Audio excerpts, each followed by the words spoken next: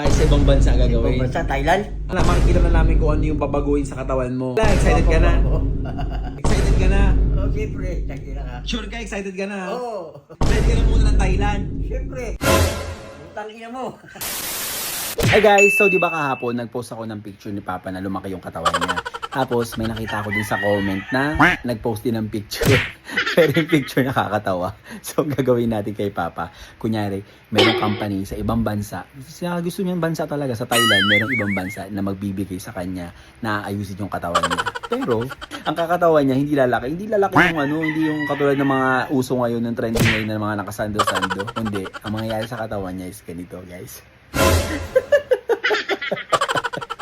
So, pinrint ko pa yan. Pinrint ko pa yan, guys.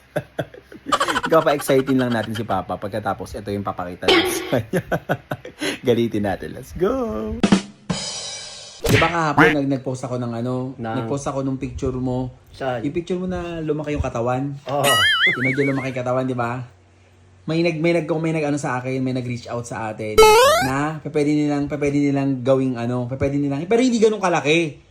May mga pagbabagong gagawin sa katawan mo. Ganun talaga, gwapo ko dun eh. Kaya may pagbabago, papatabain lang ng konti, proportion. Okay. Ito muna, ang maganda pa, Oo. hindi dito gaganawin. Saan? Ano ibig sabihin yan? Passport, sa ibang bansa. Taga-Thailand yung Thailand? Taga-Thailand yung nagbigay nung Oh, Okay. ngayon ang gagawin lang, 'di ba, babaguhin. Parang one week lang 'yun pa. Oo. Pamakinig kayo. Sige. 1 week 'yun. 1 week na aayusin yung katawan mo tapos hindi ko lang alam kung ano yung mga aayaan sa Pero maganda Maganda. Okay. sa ibang bansa gagawin. Ibang bansa, Thailand? Oo, ito tingnan natin ha. Okay. Kailangan ang tawag na to, mo muna, ipaganyan lang muna. Ilalabas mo. Labas mo ng ganito. Dito buksan mo. Hindi mo muna pag ganyan. Dito mo muna ituto. Ayan ha. Baba mo. Oo. Parang sila makikita na namin kung ano yung babaguhin sa katawan mo. Oh, sige. Ayan, sige pa, unti mo pa. Oo. 'Di ba? Ganyan ang mangyayari sa katawan mo. Teka lang, excited ka na. Ano? Gwapo. Wala nagbago sa mukha, syempre ikaw pa rin yan, gwapo. Magiging gwapo talaga yung mukha. Di ba? Ganyan talaga yung magiging itsura nung huwag mo silipin muna. Excited ka na? Okay, siyempre. Ka. Sure ka? Excited ka na? Oo. Yan, ready ka na muna ng Thailand. Siyempre. Yan sa Thailand kasi gagawin yung sa Thailand gagawin yung procedure. Saglit lang. Masyado ka namang masyado kang excited eh. Ayan na. Excited ka nang gawin. Oo. Ano muna masasabi mo sa nagbigay muna? Maraming salamat. Siyempre, kung hindi sa inyo, hindi ako makakapunta na naman ibang bansa. At saka hindi, mababago yung Magbabago ang buhay ko. yung katawan. Oo, lalaki ang katawan ko. Hindi man malaki, yung saktong katawan lang yung huwag mo muna silipin. Okay. Ready ka na? Ready? Okay. Pikit ka. Pikit. In 3. Titignan mo 3, 2, 1, go. Tignan mo. Utang ina mo. Utang ina mo.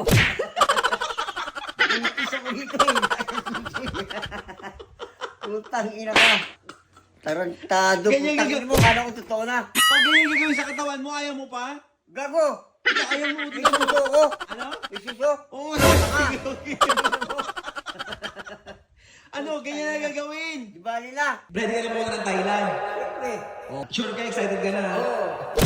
Pakita mo. Ayan, ganyan, Utang ina mo. Balik tayo. Ganyan gagawin sa'yo. Balik tayo. Hindi. Binigay dito ganito na mo. Utang ina mo. Ang ina to. Hayop na to.